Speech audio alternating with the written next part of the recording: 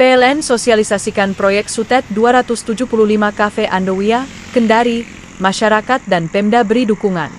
PT PLN, Persero, melalui Unit Induk Pembangunan, UIP, Sulawesi dan Unit Pelaksana Proyek, UPP, Sulawesi Tenggara terus berkomitmen menghadirkan infrastruktur ketenagalistrikan andal melalui pembangunan saluran udara tegangan ekstra tinggi, Sutet 275 Cafe Andowia, Kendari. Pada pekan lalu, PLN menggelar sosialisasi pengadaan tanah di 4 kecamatan terdampak yaitu Motuwi, Lasolo, Lembo, dan Molawe untuk mendukung kelancaran proyek tersebut.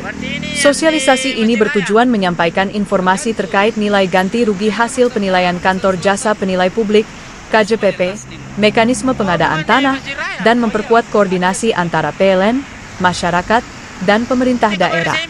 Manajer UPP Sulawesi Tenggara, Roni Aprisaputra, mengatakan bahwa keterlibatan masyarakat sangat penting untuk mendukung proses pembangunan. Melalui sosialisasi ini, kami pastikan semua informasi disampaikan secara terbuka. Kami berharap masyarakat bisa lebih memahami manfaat jangka panjang dari proyek ini dan tetap kooperatif selama proses pembangunan berlangsung, ujarnya.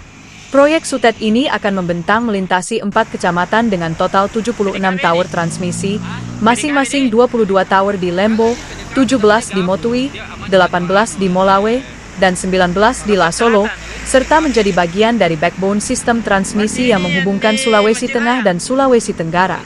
Tokoh masyarakat Desa Sambasule, Sumardin, AMD, menilai proyek ini sangat dibutuhkan warga, sementara warga Kecamatan Motuwi, Nasrudin, mengapresiasi keterbukaan PLN yang membangun rasa percaya. Camat Lasolo, Samsul, SE, MSI, dan Kepala Seksi Perdata dan Tata Usaha Negara Kejaksaan Negeri, Nada Ayu Dewindu Ridwan, SH, MH, juga menyatakan dukungannya demi kelancaran proyek yang diharapkan dapat meningkatkan keandalan listrik dan mendorong pemerataan energi di Sulawesi Tenggara. Download Tribun X sekarang, menghadirkan lokal menjadi Indonesia.